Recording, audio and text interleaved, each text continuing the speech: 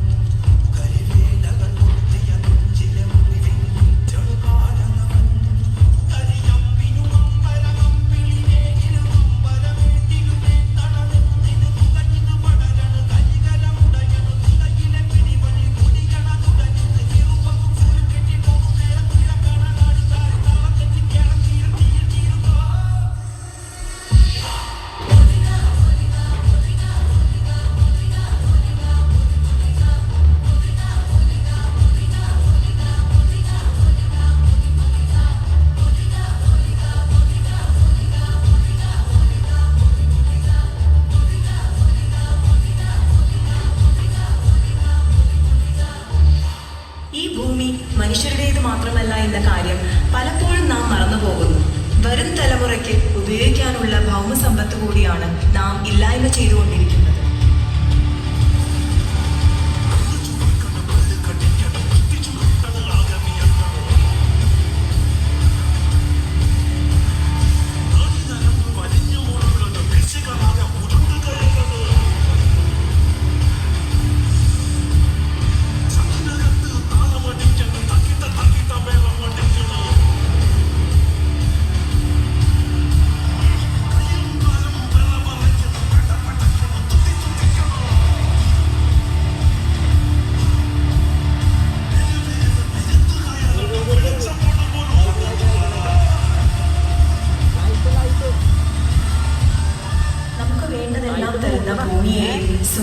പ്രകൃതിയെയും നാം ചൂഷണം ചെയ്യുമ്പോൾ ഭൂമിയുടെ നിലനിൽപ്പിനെയാണ് ചോദ്യം ചെയ്യുന്നത്. ചെറുപ്പത്തിൽ സ്കൂളിൽ ചേരാൻ ചെല്ലുമ്പോൾ നമ്മൾ കാണുന്ന ഒരു കോളമുണ്ട്. നീ ഹിന്ദുവാണോ, ക്രിസ്ത്യാനിയാണോ, അതേ മുസ്ലിമാണോ? അന്നത് വലിയ കാര്യമായിട്ട് എടുത്തില്ല. പക്ഷെ ആ ചോദ്യം നമ്മൾ പോലും അറിയാതെ നമ്മളൊരു മതിലിന് വേണ്ടി തുടങ്ങിയായിരുന്നു. ഭൂരിഭാഗം ആൾക്കാരെ പോലും എന്റെ മാതാപിതാക്കളെ മതിലിൽ ഉയർത്തിയിട്ടുണ്ട്. അപ്പുറത്തെ ആളുകളുടെ സന്തോഷവും സങ്കടവും ഒന്നും കാണാതെ ഞാൻ ഇതിലേക്ക് വരും.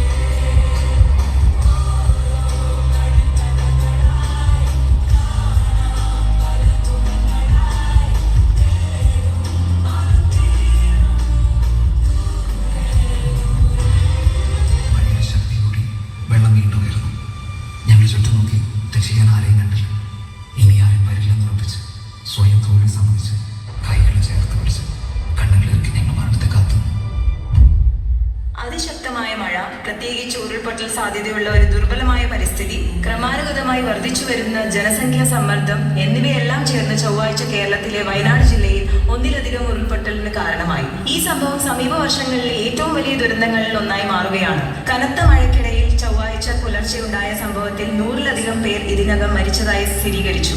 500-ഓളം പേരുടെ മരണത്തിന് ഇടയാക്കിയ കനത്ത മഴയെ തുടർന്ന് 2018 സംസ്ഥാനത്തുണ്ടായ വെള്ളപ്പൊക്കത്തിന്റെ ഓർമ്മകൾ. Total of 225 army personnel have been deployed for rescue operations in Kerala's Wayanad. Defence Minister Rajnath Singh on Tuesday spoke to Army Chief General Upendra Trivedi to take stock of rescue and relief works being undertaken by army units.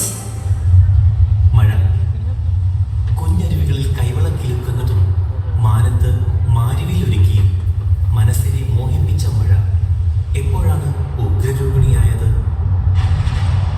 ഇരുളിന്റെ മറപറ്റി വന്ന കരിമേഘങ്ങളുടെ പടഹധ്വനിയിൽ നാട് നെടുങ്ങി.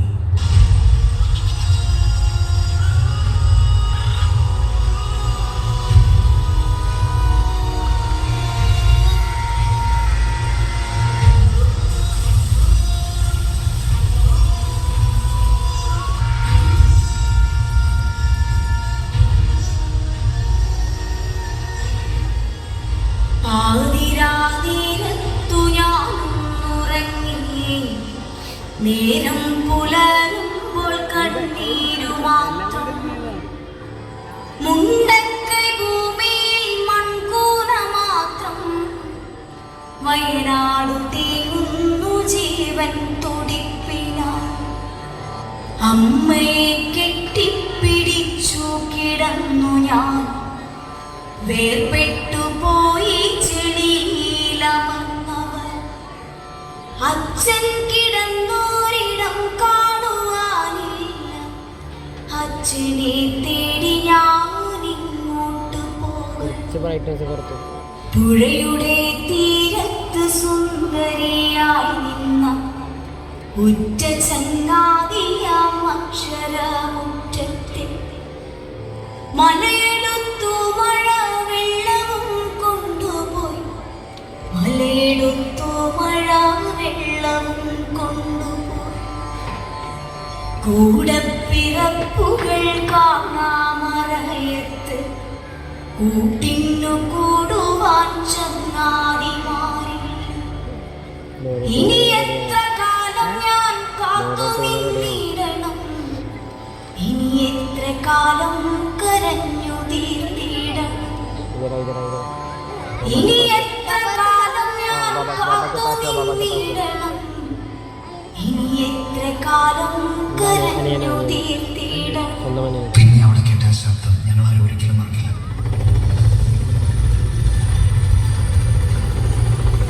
എന്റെ നേരെ നീണ്ട കയ്യിൽ ക്രിസ്ത്യാനിയുടെ, ഹിന്ദുവിന്റെ, മുസൽമാനികളുടെ, ഇടതിന്റെ, വലതിന്റെ, മറ്റൊരു രാഷ്ട്രീയ പാർട്ടിയുടേതുമില്ല. മറിച്ച് മനുഷ്യനെയാണ് കയ്യിൽ.